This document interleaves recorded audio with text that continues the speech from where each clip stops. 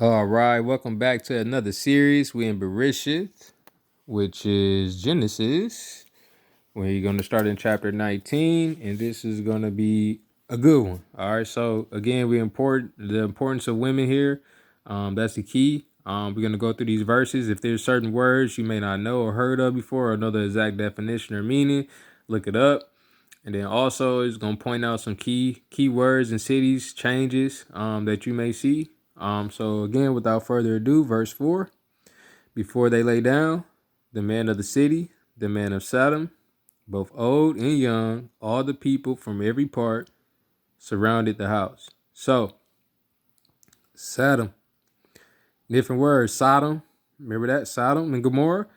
Where right here, look up, key place. And we talking about the man of that city and the man of the city. So, same city, same thing they're talking about. They just made it more detail here. Both old and young. All right. So talk about the old man and the young ones. All right. From every part of the city. All right. Surrounded the house. That's key. All right. No women are mentioned here. All right. That's important. And they called to Lot and said to him, "Where are the men who came to you tonight?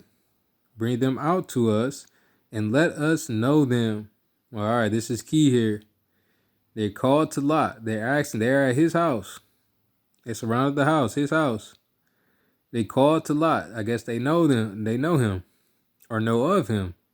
That's going to be key, right? That word, know. All right, so bring them out to us and let us know them. Who are they talking about? They're talking about the men who came to you tonight. Look, the know is in quotation marks here, right?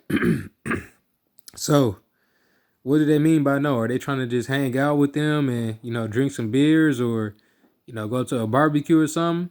Who are the men they're asking about? What did he mean by know them? What are they talking about right here? If you go to earlier chapters, to talk about when a man finds his wife, he leaves his father and mother and knows his wife. All right, that's key. Then you also got when Adam and Eve, when Adam knew his wife, Hawa, which they also call Eve, the word know is there. So if you got pastors, teachers, talk to them about the word know, find out the meaning. All right. As we read further along, you may get the picture of what this word is talking about here. So we're going to continue on. Verse 6. So Lot went out to them through the doorway and shut the door behind him and said, "Please, my brothers, do not do evil." This is interesting here. All right. So Lot went out to them through the doorway and shut the door behind him. A lot of people are in that type of situation where they don't want anyone to know what's going on or what's being talked about. All right. And then we also have do not do evil. So to know the man that came to his house, is he referring to something else? Homosexuality?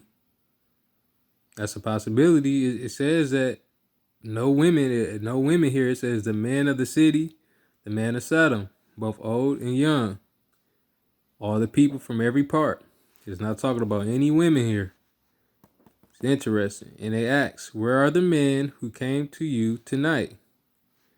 You got to read earlier verses and chapters to find out what's going on here with the men that they're talking about. In another series, we'll talk about the men, and it's all like go in together. But let's go down to verse 8. All right, so look, please, I have 2 daughters who have not known a man.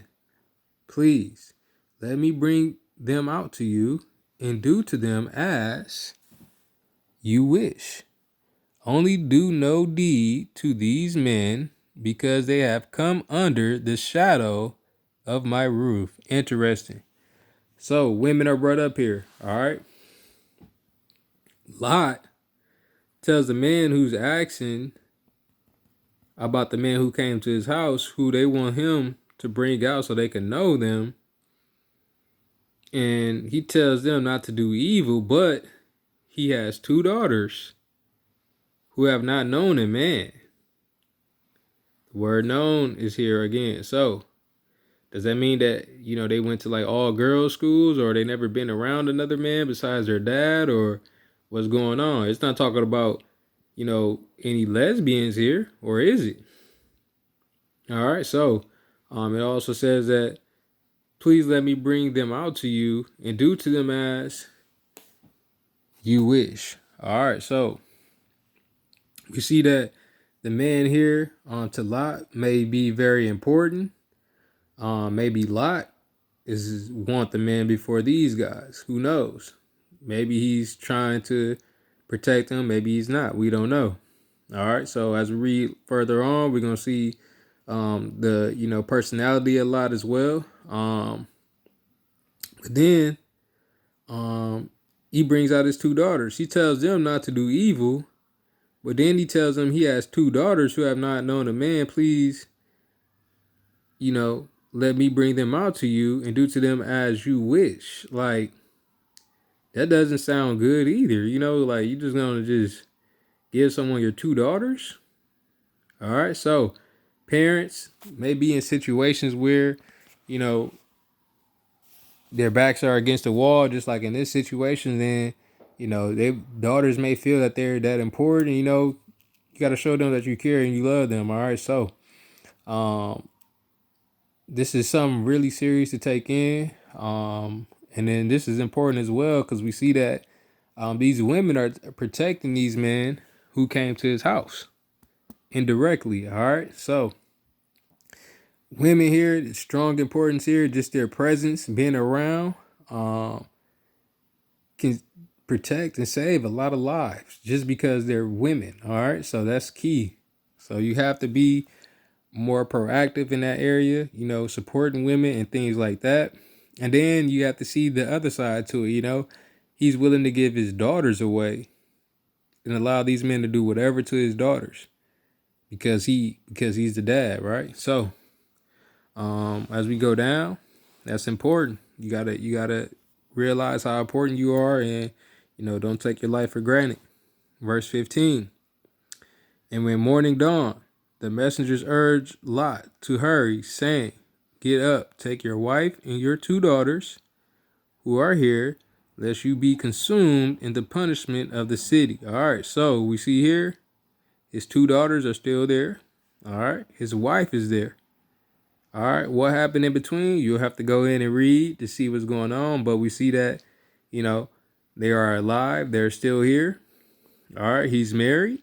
He's one with his wife. All right, Lot, it said take your wife, your two daughters. All right. It doesn't say any sons or anything like that, just his two daughters. So he was willing to give his only two to protect these men who's telling him to get out the city. All right, so we see that the messengers, all right, this who they are. God sent someone to him. So, and while he loitered, the man took hold of his hand and his wife's hand in the hands of his two daughters. We have the name of God right there, having compassion on him, and they brought him out and set him outside the city. And it came to be, when they had brought them outside, that he said, escape for your life. Do not look behind you, nor stay anywhere in the plain. Escape to the mountains, lest you be consumed. So, strict orders right here. All right. So he loitered. Look at the definition of this word if you don't know what this means. It's signs around on buildings, empty fields. It talks about loitering. That'll help you out and following the rules of the land. And it's just going to just be able to help you with just following along with this. Also, the men took hold of his hand. The men, who are they talking about here? The messengers, all right? So that's how you know what this is that's going on there. They told Lot to take your wife and your two daughters, right? But now look, they took hold of his hand, or his wife's hand, and the hands of his two daughters. So we have three women here and Lot. All right, so those commands were told to, take his wife and his two daughters. He loitered. All right. And then we see that his daughters and his wife follow along with them. He gave him the commandment. Remember, the Bible said that they're one now, one flesh, bone of my bone, flesh of my flesh. Kind of like with Eve, they kind of doing the same thing, So why was he loitering? Was he interested in the man? Was he kind of going back and forth? Was he, cool with the guys who came to his house, asking them to bring him out? Was he trying to figure out a way to, get that relationship back good? Who knows? And then you got to also remember, in First Corinthians chapter 11, it talks about that the head of every man is Christ, and the head of woman is the man, and the head of Christ is God. So we see here, same thing. There's a commandment given.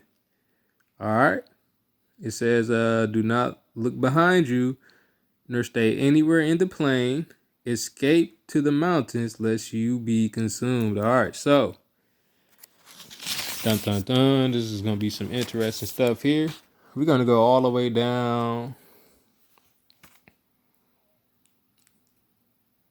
Let's start at all right. Let's just start at verse 25. So he overthrew those cities in all the plain, and all the inhabitants of the cities, and what grew on the ground.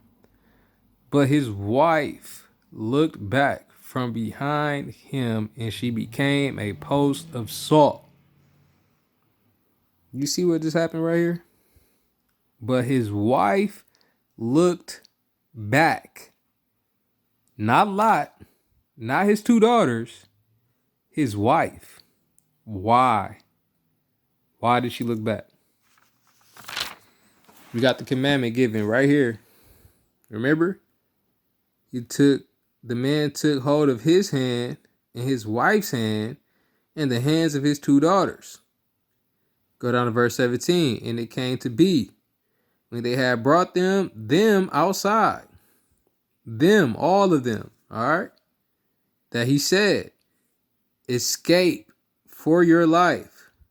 Do not look behind you, nor stay anywhere in the plain. Escape to the mountains, lest you be consumed. Now, this is direct commandment given to all of them now. They're all are present. So this is not the same as, in the garden, or, in the beginning when he had Adam, there was no Eve or Hawa, and he told him the commandment, remember?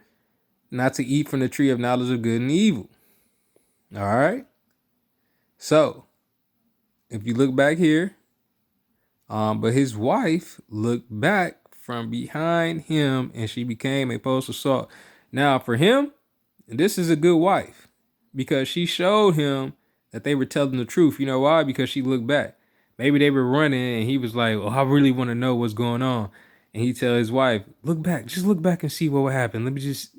And she probably didn't want to do it, and she did it, and came a post of salt, and he knew not to look back from that point. Now he knew, all right, she's gone. I just got my two daughters. Keep going. I'm never looking back. I'm never doing anything wrong again. That could have happened. Or she probably was just curious, and just wanted to see what would happen. Just like in the garden, when she was looking at the fruit, she saw that it was wise. Wise to give someone knowledge, and saw that it was pleasing to the eye, and just wanted to see what was going to happen and tried it. But unlike this, in that situation, she wasn't able to allow her husband to try it. Right? Remember, he said they was one, right? So now she's a post of salt. Did he scoop the salt up and take it with him? I don't know. Doesn't talk about that right here. But it just says she became a post of salt. So for this, it also shows that, a person is nothing. If you could become a post of salt, then just had to make you realize how important it is to serve God. How important his commandments are. Just because you feel worthy or important, or, getting blessed, is all a part of what he's trying to do. All right. So he's always going to tell the truth. He doesn't lie. And that's exactly what happened. They disobeyed God. She disobeyed God. She's his wife. And looks what happened. So if you got a wife, you got to make sure you're on the same page, that you're obeying God. That's going to be key, because if not, one person is going to be lost, the other one may be saved. So you don't want a family like that. If you make it and one of your others don't make it, but your kids make it, that's some, if you think about that, that'll make you sad. So it's important to be on the same page, obey God's command, and it's going to start with the wife, because it looks like it's going to be the first one to commit a sin. So that's important there. We get some key points out. Other than that, God bless.